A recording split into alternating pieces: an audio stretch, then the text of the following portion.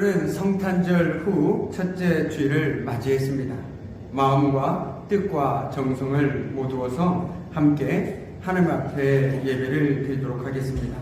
같이 기도하겠습니다. 너희는 유혹의 욕심을 따라 썩어져가는 구습을 따르는 옛사람을 벗어버리고 오직 너희의 심령이 새롭게 되어 하나님을 따라 의와 진리의 거룩함으로 지으심을 받은 새 사람을 입으라. 인류의 역사를 섭리하시며 인생의 생사화복을 주관하시는 거룩하신 하나님 아버지, 오늘은 2020년을 마무리하는 마지막 주일입니다. 코로나19로 인해 온 교회 성도들과 이 나라 모든 백성들이 너무나도 힘들었던 한 해였습니다. 그러나 뒤돌아보니 그 모든 위기와 역경 속에서도 하나님께서 우리를 지켜주시고 인도하여 주셨다는 사실을 깨닫게 됩니다. 베풀어 주셨던 사랑과 은혜를 가슴에 담고 이 시간 저희들이 겸손하게 머리를 숙였습니다. 마음과 뜻과 정성을 다해 드리는 찬양과 경배를 받으시고 주님께서 주시는 말씀과 위로 안에서 아름답게 한 해를 마무리할 수 있도록 이끌어 주옵소서. 예수님의 이름으로 기원하옵나이다. 아멘.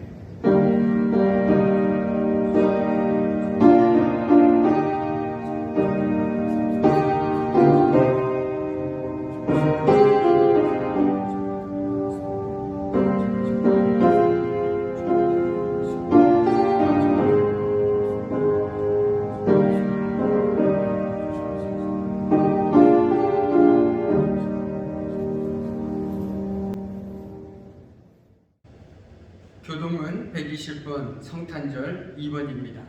찬송하리로다 주 이스라엘의 하나님이여 그 백성을 돌보사 속량하시며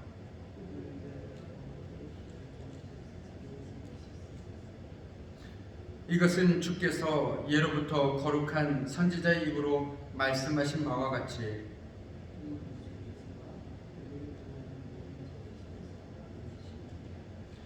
우리 조상을 긍휼히 여기시며 그 거룩한 언약을 기억하셨으니 우리가 원수의 손에서 건지심을 받고 종신토록 주의 앞에서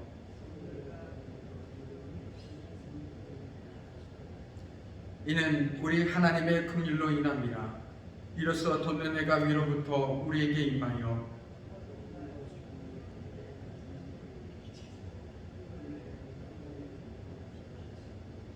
그러므로 주께서 친히 징조를 너희에게 주실 것이라. 그의 이름을 임마누엘이라 하리라. 아멘.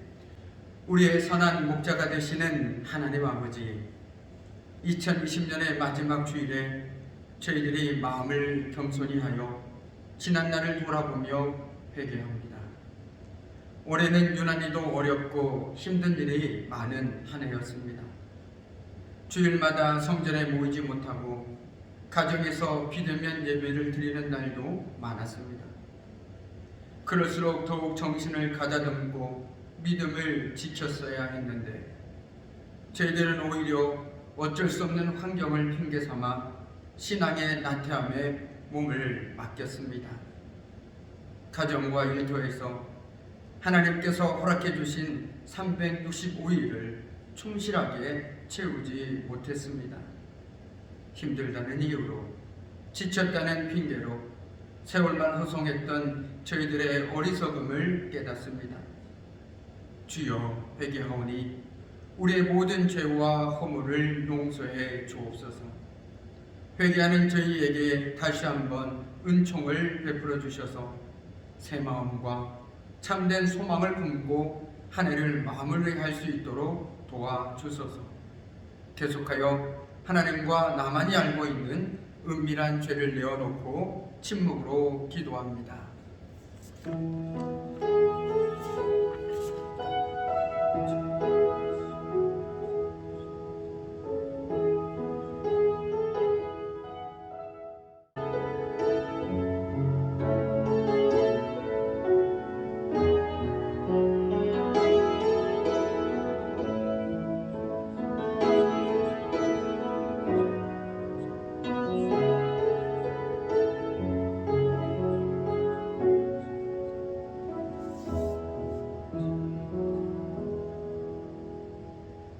작은 자야 안심하라. 내 죄사함을 받았느니라.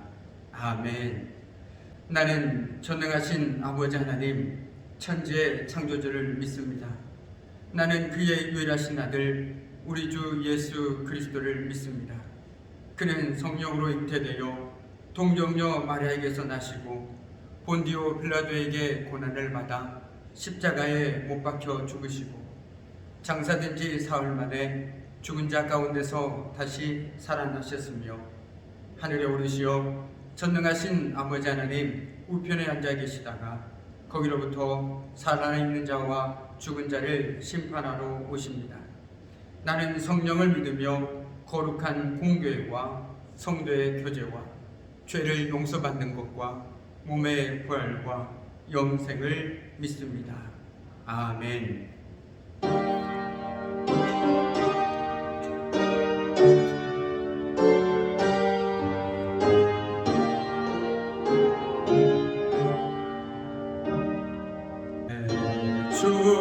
주님이 입으신 그 모습 참 아름다워라. 그 향기 내 맘에 사무쳐 내 기쁨 되도다. 지온성보다도 찬란한 저 천성 떠나서 이 세상 오신 예수님 참내 구세주. 주는 쓰라린 고통을 다 견디셨도다. 주 지신 십자가 대할 때 나 눈물 흘리네. 지원성보다도 찬란한 저 천성 떠나서 이 세상 오신 예수님 참 내 구세주. 주님이 입으신 그 나로 나 만져보았네. 내 발이 죄악에 빠질 때 주 나를 붙드네. 지온성보다도 찬란한 저 천성 떠나서 이 세상 오신 예수님 참 내 구세주. 내 주님 영광의 옷 입고 문 열어주실 때 나 주님 나라에 들어가 영원히 살겠네. 지온성보다도 찬란한 저 천성 떠나서 이 세상 오신 예수님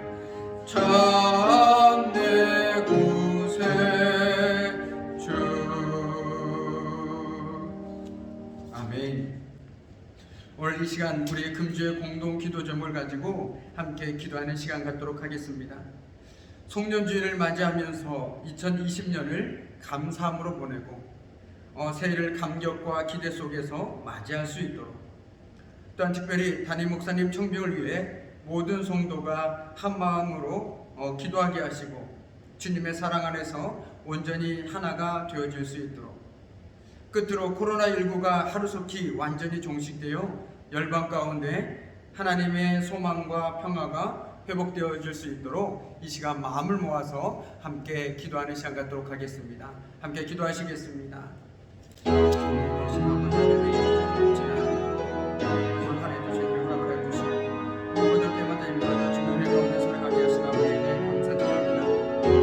지난날 그 힘들었던 삶들을 다시 그 삶 속에서 주님 주의 은혜를 발견하게 하시고 돌아오는 2021년 정말 서로를 힘들지라도 그 안에서 문제점을 바라보고 의점에 나아가는 우리 삶이 될 수 있도록 하나님 도와주시옵소서.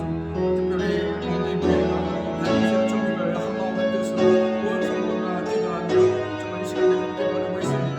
무엇보다 이 시간을 의존의 마음이 하나가 되게 하시고 미움과 다툼과 신과 질투와 분쟁과 모든 것들은 다 벗어버려 던져버리고 오직 주의 사랑 안에서 온전히 하나가 되게 해주시고 이 시간대 더욱더 주의 별 사랑을 마음으로 함께 교회로 나아갈 수 있도록 주님 도와주시옵소서. 코로나19 가운데 주님 무엇보다도 모든 유혹과 두려움으로부터 정말 믿음으로 승리하게 해주시고 아버지 우리가 이 시간들 가운데 더욱더 주님의 뜻을 구하게 하시고 정말 그걸 통해 주님의 은혜 가운데 나아갈 수 있는 귀한 시간 될 수 있도록 우리를 도와주시옵소서. 주님 하나님 함께 해주시옵소서.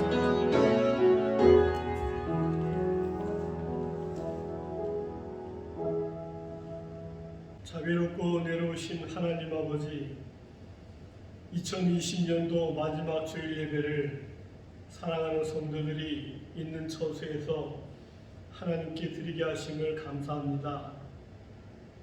각각 성도들이 있는 자리에서 함께 해주셔서 그 경배와 찬양을 받아주시고 위로하시는 은혜가 소망 가운데 기쁨이 넘쳐나게 하여 주시옵소서.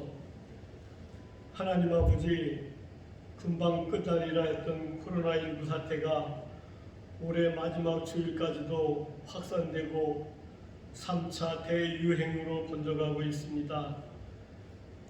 나라의 경제가 무너지고 민생이 처참히 무너지고 있는데 위정자들은 고통당하는 국민은 안중에도 없고 오직 저들의 권력 싸움에 몰두하고 있습니다.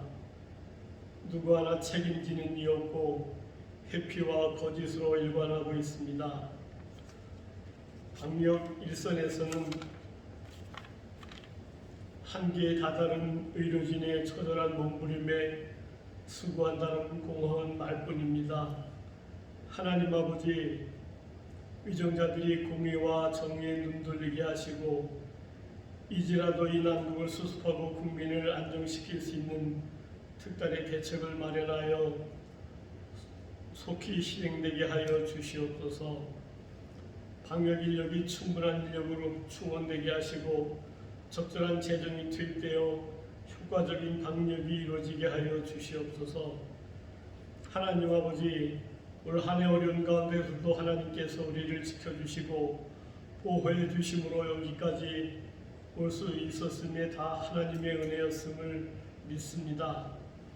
남은 시간들을 잘 마무리하게 하여 주시고 다가오는 새해도 올해보다 더욱 힘든 고난의 해가 될 것이라는 예상이 있지만 믿는 우리들은 하나님은 살아계시고 그 백성을 지켜주시고 보호해 주시는 하나님의 우리 아버지 되심을 믿고 두려워하지 말고 믿음으로 나아가는 한 해가 되게 하여 주시옵소서. 하나님 아버지, 담임 목사 청빙을 위해 기도합니다. 이를 위해 모인 청빙위원들에게 분별력 있는 지혜를 허락하여 주셔서 우리 교회 형편에 맞는 좋은 목사님이 청빙되게 하여 주셔서 우리 교회가 속히 안정되고 새로운 비전을 가지고 나아가는 우리 소축교회 되게 하여 주시옵소서. 하나님 아버지, 팬데믹 상황 속에서도 우리 교회의 본질인 영혼구원과 이웃사랑에 관심 갖게 하여 주시고 연말연시 주위의 어려운 이웃들을 돌아보며 다른 이들을 돌아보는 우리 교회 되게 하여 주시옵소서. 이 시간 천기 목사님을 통해 하나님의 말씀을 듣습니다. 있는 자리에서 아멘으로 받아 그 말씀대로 살아가도록 인도하여 주시고, 골방에서 은밀한 중에 드리는 기도와 예배를 받아주시고, 은밀한 중에 갚아주시는 하나님의 은혜가 충만케 하여 주시옵소서. 담임 목사 사임하신 자리를 대리하여 교회를 섬기시는 천기훈 목사님들 강건하게 하여 주시고, 지혜롭게 주님의 몸된 교회를 잘 섬겨나갈 수 있도록 능력으로 함께하여 주시옵소서. 이 예배의 시정을 하나님께 온전히 드리는 예배가 될 수 있도록 성령님께서 이끌어 주셔서 근심 가운데 있는 영혼들이 자유함을 얻는 은혜의 시간 되게 하여 주시옵소서. 우리가 죄인 되었을 때 그 몸을 들이사 우리를 구원하여 주신 예수님의 이름으로 기도합니다. 아멘.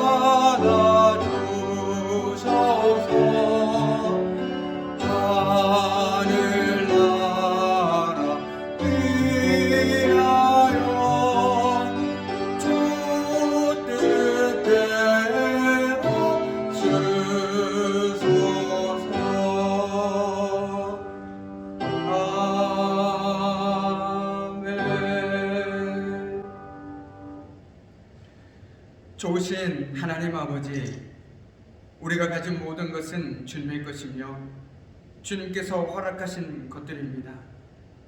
우리의 마음에 헛된 욕망과 욕심을 버리고 우리의 모든 것들이 주님의 것임을 지금 드리는 이 예물을 통해 고백합니다. 우리의 시간, 우리의 소유와 삶 전체가 하나님의 것입니다. 마음을 다해 드리는 이 예물을 통해 하나님은 온전히 영광 받으시고 이 예물 드리는 손길마다 축복하여 주시며 이 예물이 주님께서 기뻐하시는 곳에 사용되게 하여 주옵소서. 예수님의 이름으로 기도드리옵나이다. 아멘. 네, 교회 소식 전해드리겠습니다. 오늘은 송년 주일입니다. 앞서 우리 장로님께서 기도해 주신 것처럼 특별히 담임 목사님 청병을 위해서 우리 온 성도님들이 함께 기도에 동참해 주셨으면 좋겠습니다. 아울러 코로나19 치유와 회복을 위해서도 매일 정해진 시간에 함께 기도해 주시기 바랍니다. 예산위원회 모임이 오늘 오후 6시에 사무실에서 있습니다. 아울러 회계부 감사가 31일 목요일에 있습니다. 끝으로 교우 소식입니다. 김수근 장로님께서 우리가 함께 기도해 주신 덕분에 지금은 자택에서 회복 중에 계십니다. 이전보다는 드시는 것이 많이 나아지셨지만 여전히 힘들어하고 계시다고 합니다. 아울러 여광영 집사님은 조금씩 회복되어서 재활 치료 중이신데 이번 주 수요일 30일에 강원도에 있는 춘천에 있는 강원도 재활병원에 입원하셔서 치료를 계속하실 예정이라고 하십니다. 우리 박순옥 권사님은 어지럼증도 이전보다 많이 나아졌다고 하시고요. 그래서 많이 회복되었다라고 감사하다는 말씀을 전해주셨습니다. 혹 우리 성도님들 가운데 심적으로나 육체적으로나 힘들어하시는 분이 계신다면 사무실로 알려주시면 함께 기도할 수 있으면 좋겠습니다. 함께 기도함이 큰 힘이 됩니다.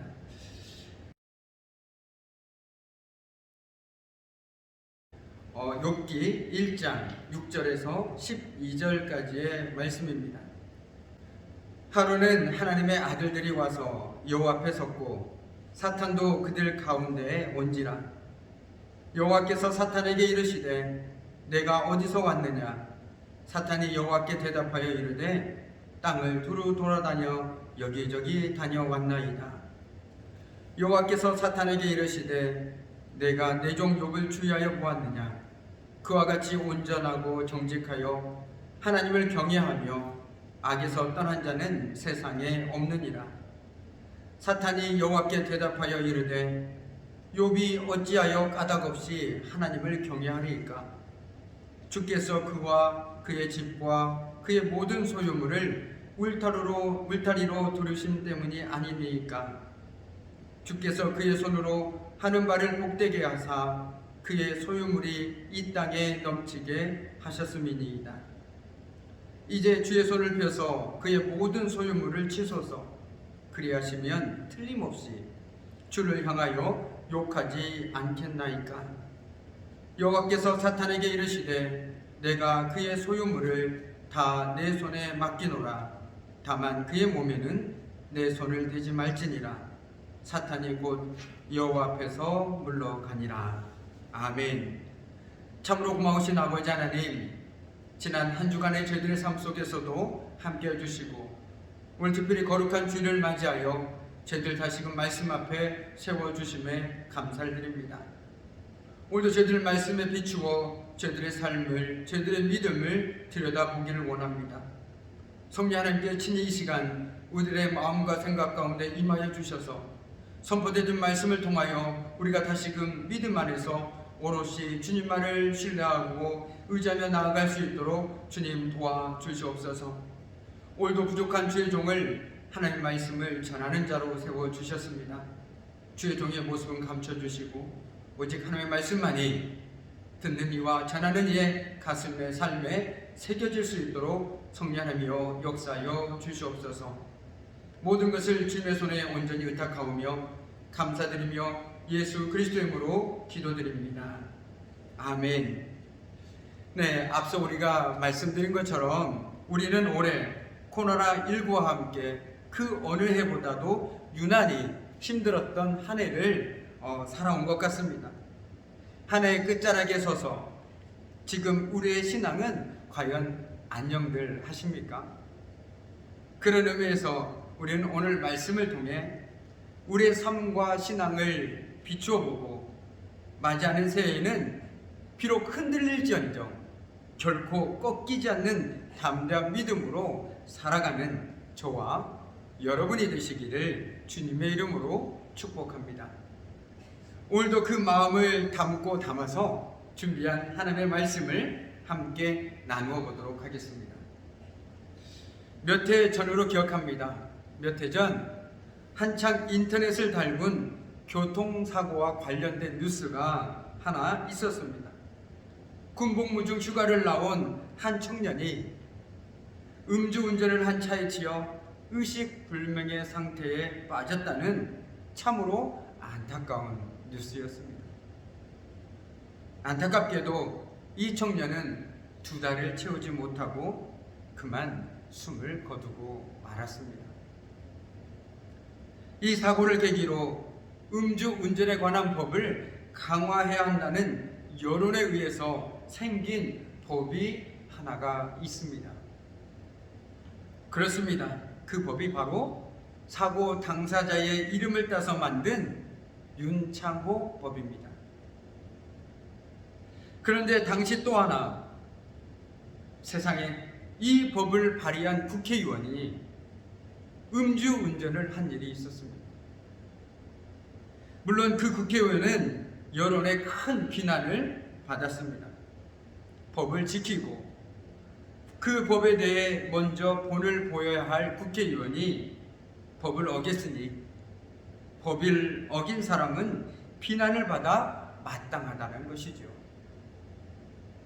이처럼 죄를 지었다면 그 죄에 대한 값을 반드시 치러야 한다는 것, 그리고 반대로 선을 행했다면 응당 그 보상을 해줘야 한다는 것, 바로 이것이 우리가 말하는 정의입니다. 한 나라의 정의가 바로 설 때 국민들은 안전과 행복을 느끼게 됩니다. 이 세상에 작동되는 거대한 원리가 있다면 그것은 바로 정의다, 이렇게 말할 수 있습니다. 조금 다른 말로 죄를 지으면 벌이 있다, 선을 행하면 상이 있다 라고 말할 수 있습니다. 그러나 저와 여러분이 살아가고 있는 이 세상을 한번 보십시오. 그 원리가 완벽하게 작동하는지, 그러한 인과응보의 원리가 반드시 작동되는 것만은 아닌 것 같습니다. 마치 정의가 완전히 실현되지 못하여 불공평과 차별이 존재하는 것처럼 말입니다. 이유 없이 죽는 사람들이 있으며 그렇게 선한 사람이 죽을 병에 걸리기도 하고 태어나자마자 죽는 어린 아이들도 있습니다. 이것뿐이겠습니까? 의롭게 산 사람, 예수 믿는 사람이 고난을 받고 악한 사람이 오히려 잘 되는 현실을 바라볼 때 우리는 뭔가 잘못되었다 라고 말하며 몹시 당황스러워합니다. 기대와 달리 이 세상에는, 저와 여러분이 매일 숨쉬고 살아가는 이 세상에는 우리가 이해할 수 없는 일들도 너무나도 많이 일어나고 있습니다. 오늘 우리가 함께 나누는 욥기는 바로 그런 고민의 책이라고 말씀드릴 수 있습니다. 그러니까 바꿔 얘기한다면 우리는 욥기를 읽으면서 끊임없이 고민을 해야 합니다. 그리고 그 고민의 한가운데 욥이 있습니다. 그 욥이 누구인지, 어떤 사람인지는 1장 1절에 잘 나와 있습니다. 욥은 온전하고 정직하여 하나님을 경외하며 악에서 떠난 자였습니다. 한마디로 의인도 이런 의인이 없었습니다.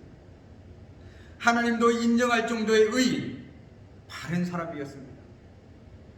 그런 욥에게 아주 큰 시련이 닥쳐 왔는데 그 시작은 다소 의외로 사탄의 시험에 의한 것이었습니다.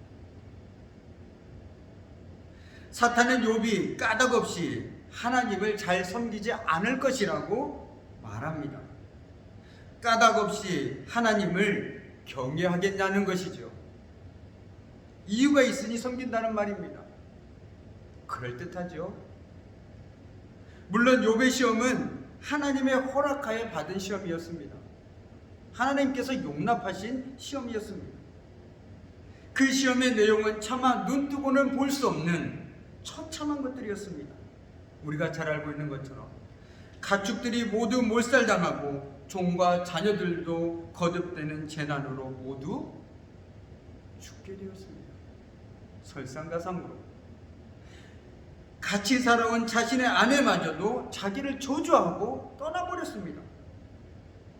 축복도 아닌 저주를 하고 떠나버렸습니다. 얼마나 기가 막힙니까? 하나님이 욥의 시험을 사탄에게 허락하신 것에 대한 신학적인 문제는 제쳐놓고라도 우리는 욥기서가 말하고 싶은 중심 메시지에 좀 더 집중하고 싶습니다.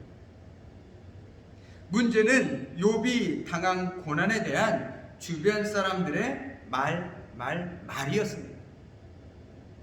욥의 세 친구가 고난 중에 있는 욥을 위로하기 위해서 찾아왔습니다. 얼마나 아름다운 모습입니까? 엘리바스, 빌닷, 그리고 소발이죠. 이 세 사람은 처음에는 욥을 위로하면서 말하기 시작합니다. 그러나 대화가 길어질수록 욥에게 왜 이런 시련이 닥쳤는지, 그리고 이제 무엇을 어떻게 해야 하는지를 늘어놓기 시작합니다. 나름의 논리로 설득도 하고 겁도 주면서 말이죠. 이들의 관점은 이겁니다. 하나님은 정의로우신 분이시기 때문에 잘 믿는 사람들에게는 복을 주시지만 그렇지 않는 사람들에게는 벌을 내리십니다. 우리에게 너무나도 익숙한 말들 아닙니까? 그런데 쉽게 말하면 욥이 당하는 고난의 이유는 욥의 죄 때문이라는 것입니다. 죄 때문에 그 값을 지금 치르고 있으니 어떻게 하라고요? 빨리 회개하라는 것이지. 사실 이 세 사람의 논리가 틀린 것은 아닙니다. 복과 저주, 즉 순종하면 복을 받고 불순종하면 저주라는 것은 사실 모세오경뿐만 아니라 구약성경 전체의 메시지이기도 합니다. 그러나 우리가 알다시피 욥은 지금 자신의 죄 때문에 고난을 당하고 있는 것이 결코 아니었습니다. 욥이 당한 고난의 이유는 아무도 모릅니다. 친구들도 모릅니다. 욥도 모릅니다. 하나님이 말씀해 주지 않기 때문이죠. 그런데도 이 친구들은 죄 때문이라고, 욥의 죄 때문이라고 공격해 옵니다. 그리고 회개하라고 계속해서 다그칩니다. 회개해라. 절망 속에 있는 사람에게 너무하다 싶을 정도로 다그칩니다. 서로의 생각은 이렇게 간격을 좁히지 못하고 끝까지 이어집니다. 3장에서부터 시작하여 나중에 등장하는 엘리후까지 포함해서 무려 37장에까지 이런 답답한 논쟁이 계속됩니다. 욥도 친구들도 지칩니다. 이런 궁극적인 문제들에 대해서는 하나님만이 답을 해주실 수 있습니다. 그러나 이상하게도 하나님은 침묵하십니다. 아무런 말씀도 하지 않으십니다. 그런 의미에서 욥의 가장 큰 고통은 어쩌면 친구들의 이러한 괴롭힘보다, 그들의 말보다 하나님의 침묵인지도 모릅니다. 하나님의 침묵. 왜 하나님은 가만히 계시는가? 왜 하나님은 말씀하지 않으시는가? 이것입니다. 사실 대부분의 학자들은 욥기가 포로기 이후에 기록된 문서라고 보고 있습니다. 포로기, 그러니까 기원전 587년경 이스라엘은 엄청난 일을 겪게 됩니다. 북쪽의 거대한 제국 바벨론에 의해서 예루살렘은 불타고 백성들의 대부분은 죽거나 또는 포로로 사로잡혀 가게 됩니다. 나라가 망한 이러한 처참한 상황에서 그들은 이제야 질문하기 시작합니다. 왜 하나님의 백성인 우리가 이러한 일을 당하게 되었는가? 왜 하나님의 백성인 우리가 이런 일을 당하게 되었는가? 욥기는 이러한 시대적인 상황에서 나오게 된 것입니다. 이전까지의 전통적인 지혜, 즉 하나님의 백성들은 망하지 않는다. 하나님의 백성들은 망하지 않는다. 이걸로는 이해가 되지 않는다는 것이었습니다. 왜 하나님은 악한 바벨론이 아닌 자기 백성들에게, 그렇게 사랑하시는 자기 백성들에게 심판을 내리셨느냐? 왜 하나님은 악한 바벨론이 아니라 자기 백성들에게 심판을 내리셨느냐 하는 것입니다. 바벨론 사건 이후 이 세상은 꼭 우리가 신앙적으로 알고 있던 방식으로만 돌아가는 것은 아니구나. 죄가 없는 사람에게도 고난이 오는데 이게 도대체 어떻게 된 일인가? 라는 질문을 하게 되었습니다. 이렇게 보니까 하나님을 믿는 사람에게도 하나님을 믿지 않는 사람에게도 똑같이 고난이 오더라는 것입니다.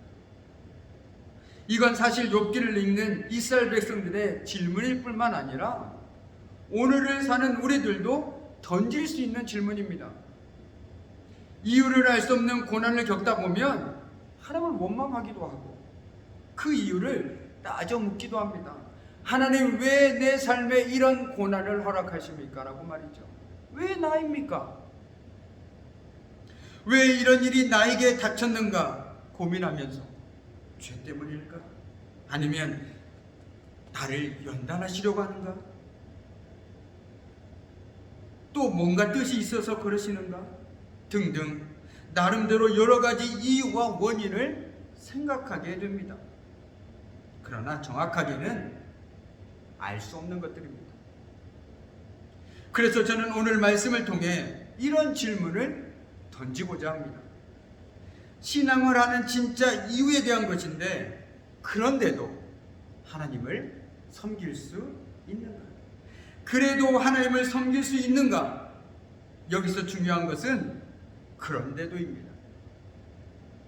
그런데도, 다르게 말하면 고난과 시련이 오는데도 하나님을 믿고 나아갈 수 있느냐? 고난과 시련 가운데서도 하나님을 믿고 살아갈 수 있느냐? 바로 이 질문입니다. 이것이 욥기의 중심 메시지입니다. 그런데 이게 공교롭게도 의외의 주인공에게서 발견한 메시지입니다. 바로 사탄이 한 말에서입니다. 믿음의 사람에게서 나온 질문이 아니라 아이러니하게도 사탄에게서 나온 말이라는 것입니다. 사탄이 하나님께 묻습니다. 그런 의미에서 오늘 말씀, 특별히 9절 말씀을 눈여겨보시지요. 9절 말씀입니다. 욥이 어찌 까닭없이 하나님을 경외하리이까? 욥이 어찌 까닭없이 하나님을 경외하리이까? 우리가 여기서 주목해야 할 단어는 까닭없이입니다. 까닭없이 하나님을 경외할 수 없다. 욥이 까닭없이, 즉 아무것도 바라는 것 없이 하나님을 경외하지 않는다는 것입니다. 여러분 놀랍지 않습니까? 사탄이 이 말을 했습니다. 정말 소름 돋지 않습니까? 왜 그럴까요? 믿는 우리의 속성을 너무나도 잘 알고 있는 것 같기 때문입니다. 사탄은 우리가 신앙을 하는 동기를 아주 날카롭게 비꼬면서 하나님과의 대화 속에 내비친 것입니다. 까닭없이 하나님을 경외하겠습니까? 까닭없이.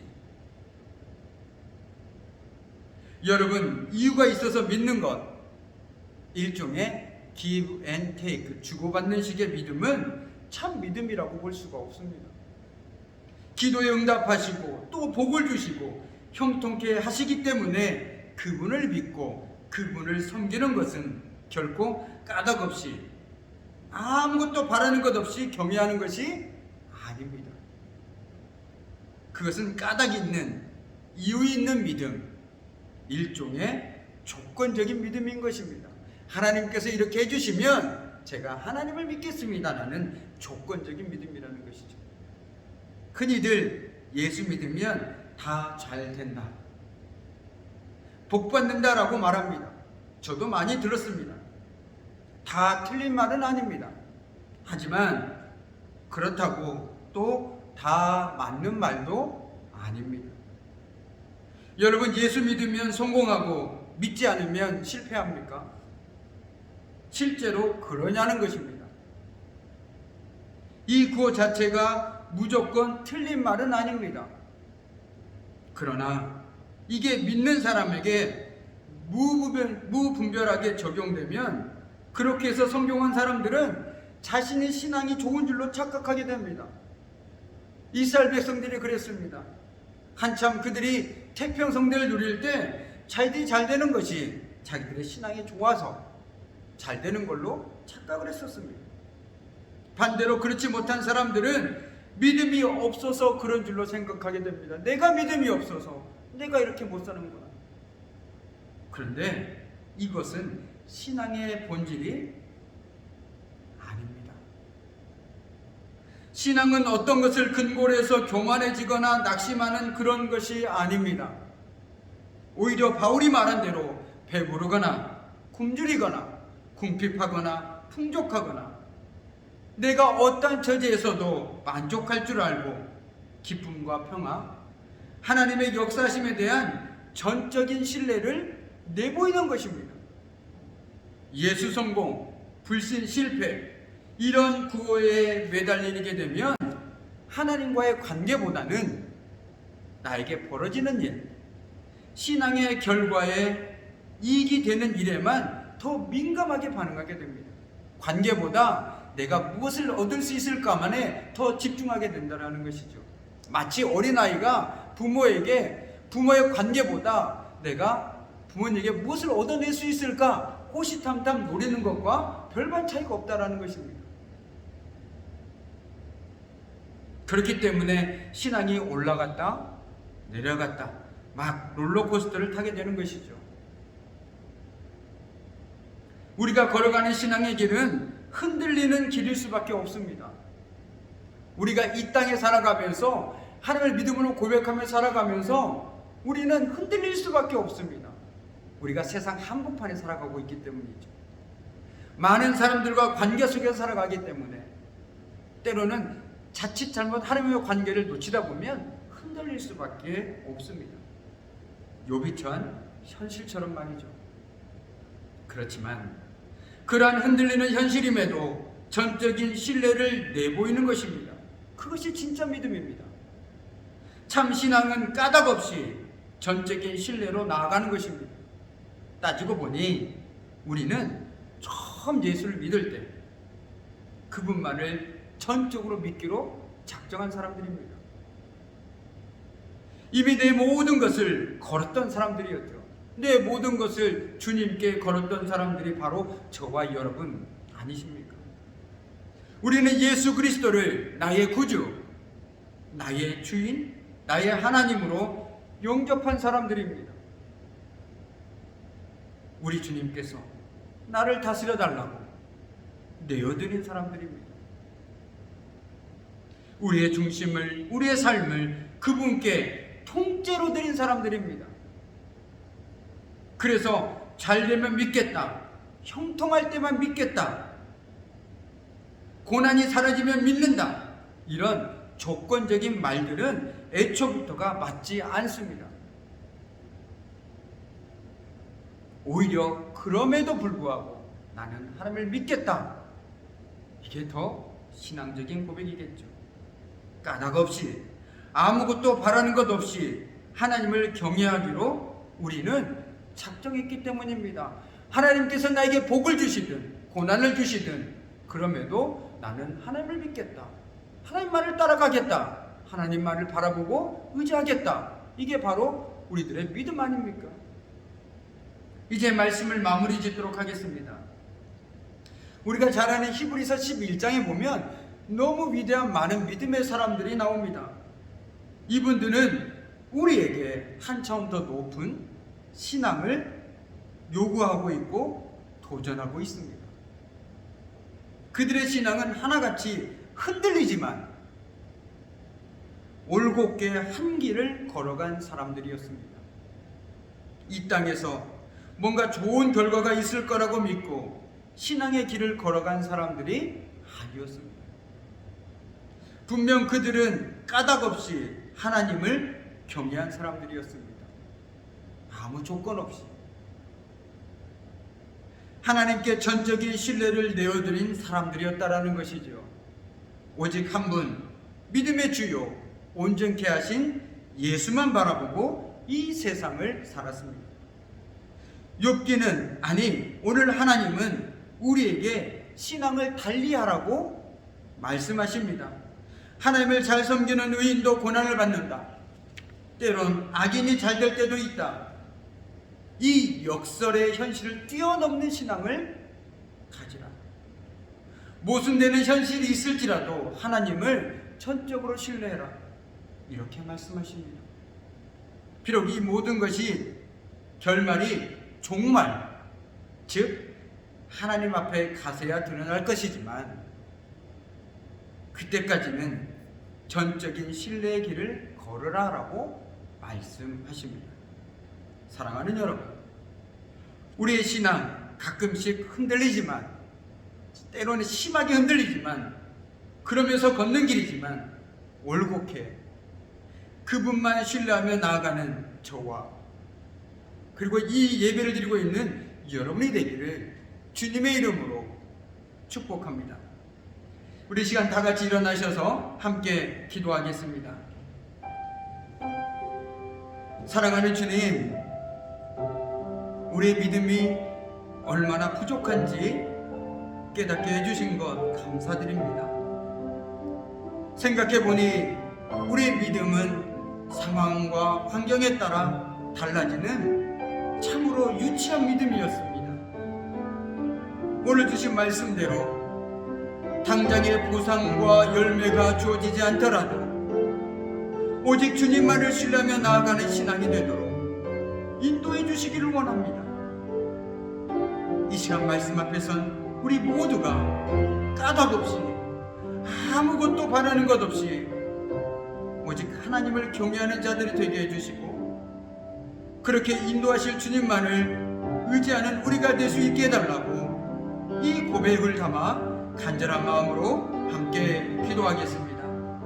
정말 고마우신 아버지 하나님, 정말 오늘 넘게 함께 말씀 묵상하면서 우리는 때로 하나님 관계보다 하나님이 가지고 있는 것, 하나님이 주실 것들을 더 기대하며 앞에 나가고 있는 참으로 유치한 믿음이었습니다. 주님, 정말 우리가 까닭 없이 아무것도 바라지 않고 정말 어떤 상황 속에서도 그럼에도 불구하고 주님만을 바라보고 나아가는 우리 삶이 될 수 있도록 좀 도와주시옵소서. 정말 코로나19는 이 위기 상황 속에서도 그럼에도 불구하고 하나님의 뜻을 구하며 정말 내가 어떻게 살아야 할지 고민하며 나아가는 우리들의 믿음의 삶이 되게 하시고 그 삶들을 통해서 우리 온전 주님을 바라보고 나아갈 때 하나님 은혜가 우리 주변 가운데 저물로 넘쳐날 수 있도록 주님 도와주시옵소서.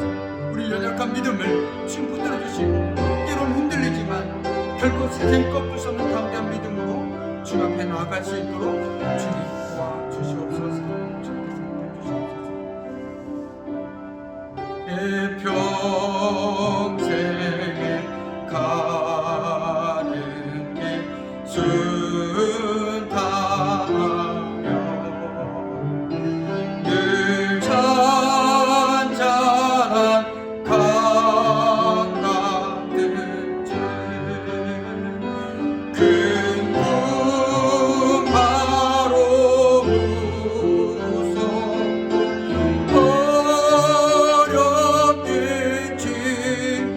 나의 영혼은 늘 변하다. 내 영혼 평안해. 내 영혼 평안해. 저 마귀는 우리를